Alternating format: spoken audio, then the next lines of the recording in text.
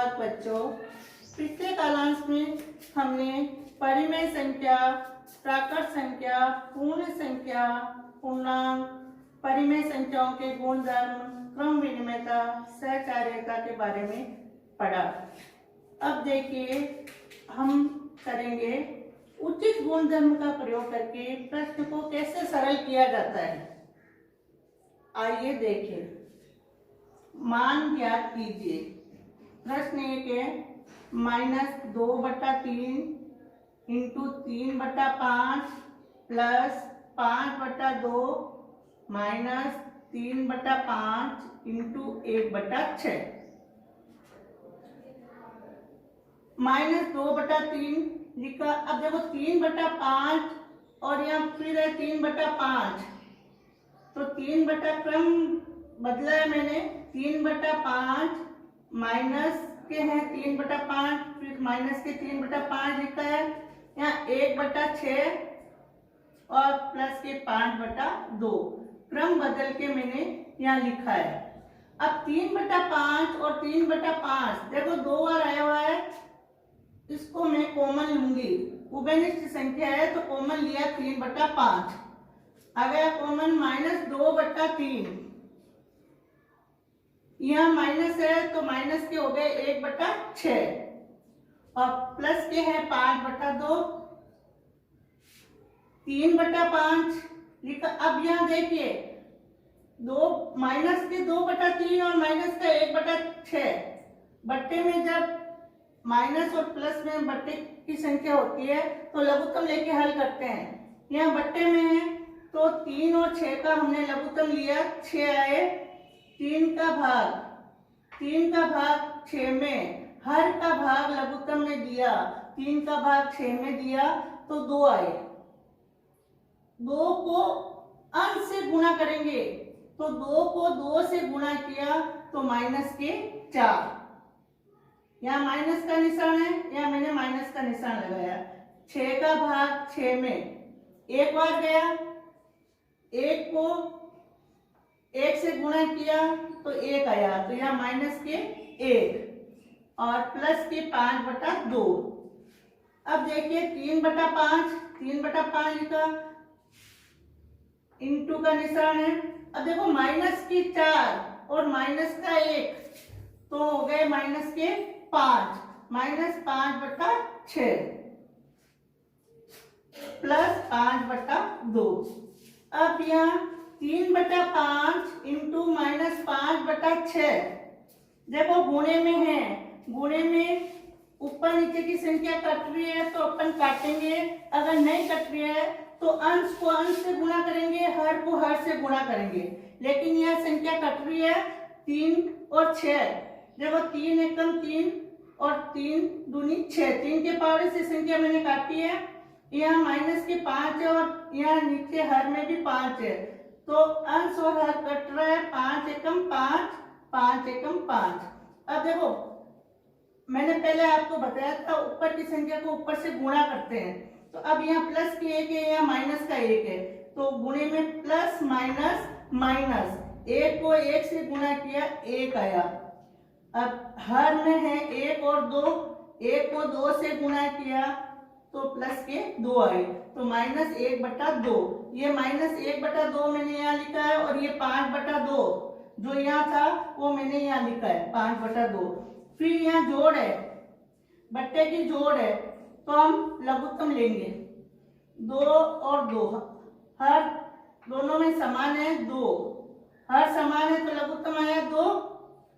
देखो 2 का भाग 2 में दिया, 1 बार, 1 को -1 से गुणा किया तो माइनस के 1, फिर 2 का भाग 2 में गया, 1 बार, 1 को 5 से गुणा किया तो प्लस के 5, प्लस 5 में से -1 गया तो प्लस के 4/2, हर में 2 है तो 4/2।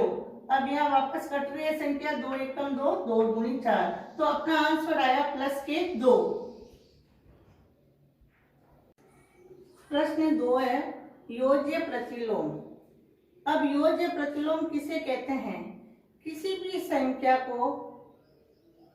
भी संख्या का योज्य प्रतिलोम वह संख्या होती है जिसको मूल संख्या के साथ योग करने पर योगफल शून्य प्राप्त होता है, अर्थात किसी भी संख्या का योज्य प्रतिलोम उसी संख्या का विपरीत चिन्ह वाली संख्या ही होती है। देखिए 2/8 का योज्य प्रतिलोम, 2/8 का योज्य प्रतिलोम हुआ, विपरीत 2/8 प्लस की संख्या है तो यहाँ अपन करेंगे -2/8, क्योंकि -2/8, 2/8 का योज्य प्रतिलोम हुआ -2/8, -2/8। अभी मैंने आपको परिभाषा बताई थी कि योग करने पर योगफल शून्य आना चाहिए। मैं योग कर रही हूँ -2/8 प्लस 2/8।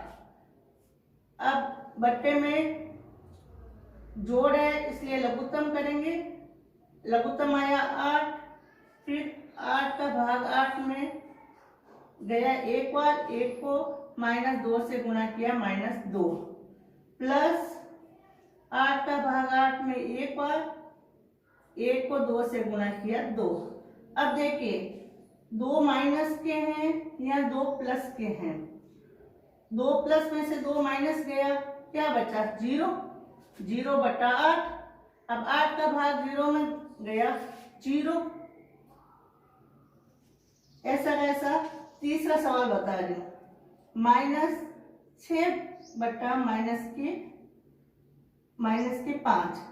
तो देखो यहाँ भी -6 या -5 है, बट्टे में है, भाग में तो माइनस माइनस क्या हो गया प्लस, तो प्लस के हो गए 6/5। अब प्लस की 6/5 का योज्य प्रतिलोम, अब यह प्लस है तो विपरीत निशान अभी मैंने आपको परिभाषा में बताया था, तो 6/5 का योज्य प्रतिलोम हुआ -6/5। आप देखो 6/5 योग कर रही हूं मैं यहाँ प्लस और -6/5, लघुत्तम आया 5, 5 का भाग 5 में एक बार, एक को 6 से गुणा किया 6, यहाँ प्लस माइनस माइनस, फिर 5 का भाग 5 में एक बार, एक को -6 से गुणा किया -6। अब 6 में से 6 गया तो क्या बचा 0/5, फिर 5 का भाग 0 में दिया तो 0। अब देखिए योज्य प्रतिलोम आपको आ गया होगा, वापस मैं देखो परिभाषा बता रही हूँ आपको। योज्य प्रतिलोम किसे कहते हैं? किसी भी संख्या का योज्य प्रतिलोम वह संख्या होती है जिसको मूल संख्या के साथ योग करने पर योगफल शून्य प्राप्त होता है, अर्थात किसी भी संख्या का योज्य प्रतिलोम उसी संख्या का विपरीत चिन्ह वाली संख्या ही होती है।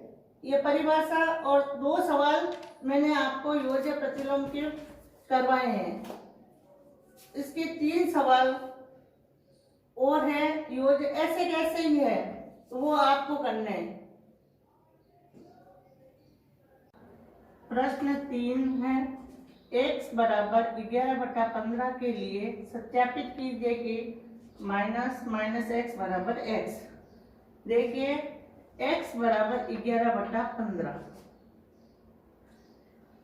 x बराबर 11/15 का योज्य प्रतिलोम मैंने आपको पहले बताया था। देखो x प्लस का है,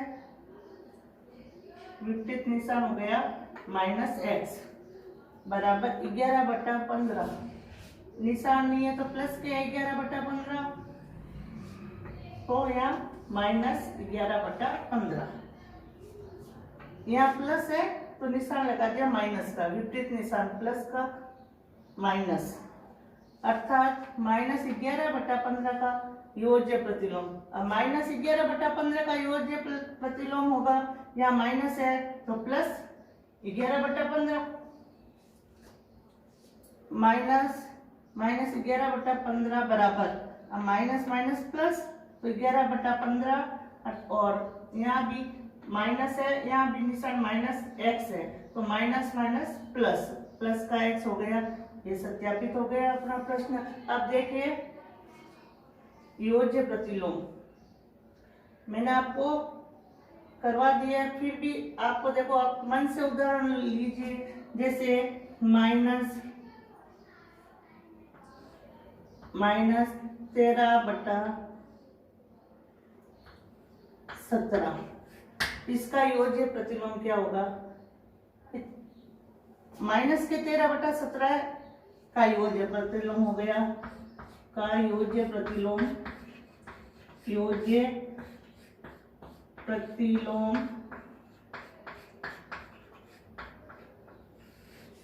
माइनस का होगा प्लस का 13/17। ऐसे अपन कई उदाहरण ले सकते हैं, जैसे माइनस यहाँ है 2/5, अब -2/5 माइनस यहाँ लगा हुआ है संख्या माइनस की है, -2/5 का योज्य प्रतिलोम क्या होगा? माइनस का है तो प्लस के 2/5 का योज्य प्रतिलोम